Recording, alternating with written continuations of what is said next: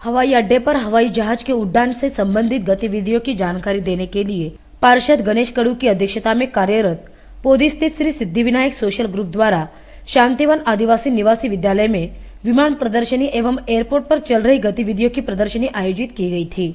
पार्षद गणेश कड़ू के जन्मदिन के उपलक्ष्य में सोमवार को आयोजित इस प्रदर्शनी का उद्घाटन कुष्ठ रोग निवारण समिति शांतिवन के कार्याध्यक्ष विष्णु प्रभु देसाई के हाथों किया गया।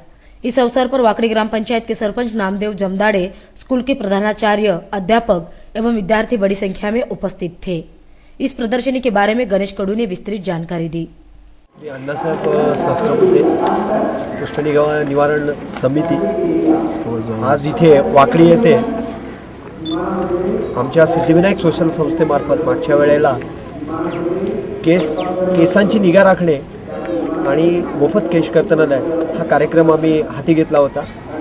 आम्हाला या इथल्या सर्व स्टाफकडनं चांगलं सहकार्य मिळालं आणि जवळजवळ मला वाटतं सर आपण 500 मुलींचे केस, आदिवासी मुलींचे केस राहणाऱ्या या इथे निवासी शाळेत राहणाऱ्या मुलींचे केस VLCC नेरूळ यांच्यामार्फत व्यवस्थितरित्या कटिंग करून घेतले होते।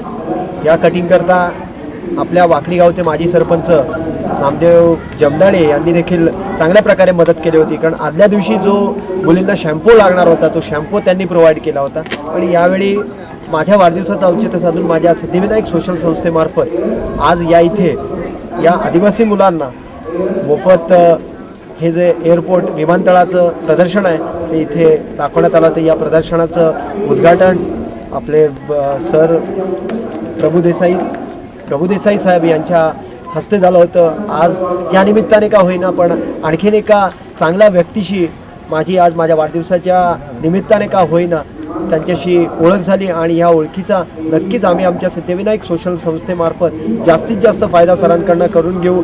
वेळोवेळी त्यांच्याकडे आम्ही सामाजिक कार्य करताना मार्गदर्शनासाठी अवश्य येऊ। आमची इच्छा एवढीच असेल की सरांनी आम्हाला वेळोवेळी त्याप्रमाणे मार्गदर्शन करून आमच्या सिद्धिविनायक सोशल संस्थेमार्फत आणखीन जास्तीत जास्त सामाजिक कार्य उपक्रम कसे घडवता येतील याबद्दल त्यांनी मार्गदर्शन करतील। आणि आज इथे हा जो कार्यक्रम ठेवलेला आहे यामागचा उद्देशच आहे की आदिवासी मुलांना विमानतळ हे बाहेरूनही पाहायला मिळत नाही, परंतु आज इथे आदिवासी मुलांना हे विमानतळ कसं असतं म्हणजे विमानतळात आत एंट्री केल्यापासून कार पार्किंग केल्यापासून विमान उडेसपर्यंतच्या सगळ्यांची इत्यंभूत माहिती लाईव्ह या इथे देण्यात येणार आहे।